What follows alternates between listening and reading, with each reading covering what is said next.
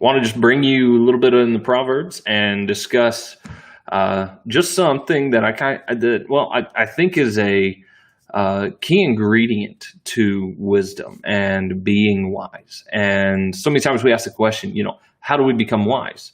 And I think that this is a really good way just to think about it.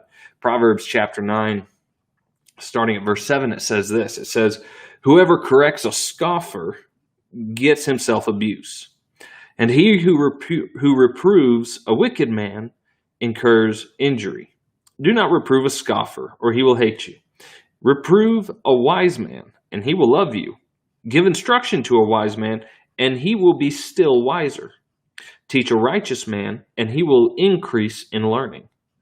The fear of the Lord is the beginning of wisdom, and the knowledge of the Holy One is insight. For by me your days will be multiplied, and years will be added to your life. If you are wise for yourself. If you scoff, you alone will bear it." So let's just talk a little bit about what does that mean. There's a couple things that really stood out to me in this passage that I think are really worth looking at. And I want you just to notice how it starts off by talking about how, basically don't waste your time with a scoffer. Don't waste your time with somebody who's just going to criticize you for trying to share wisdom with them. Like those people who are just quick to throw it off or just laugh off any of your, any of your insight or your wisdom. Then don't waste your time. And don't correct somebody who's not going to be corrected well. But then it turns around and it says, but a wise man, go correct a wise man, because then the wise man will take that, he'll learn from it, and he will become even wiser. So it says that, and it says, reprove a wise man, and he'll love you. So if you correct a wise man, he will love you for the fact that you corrected him. And then if, give instruction to a wise man, and he will be still wiser. See, and then it goes into, the fear of the Lord is the beginning of knowledge or of wisdom, and knowledge of the Holy One is insight. So what does all of this point to? I think that this all points to humility. It's humility.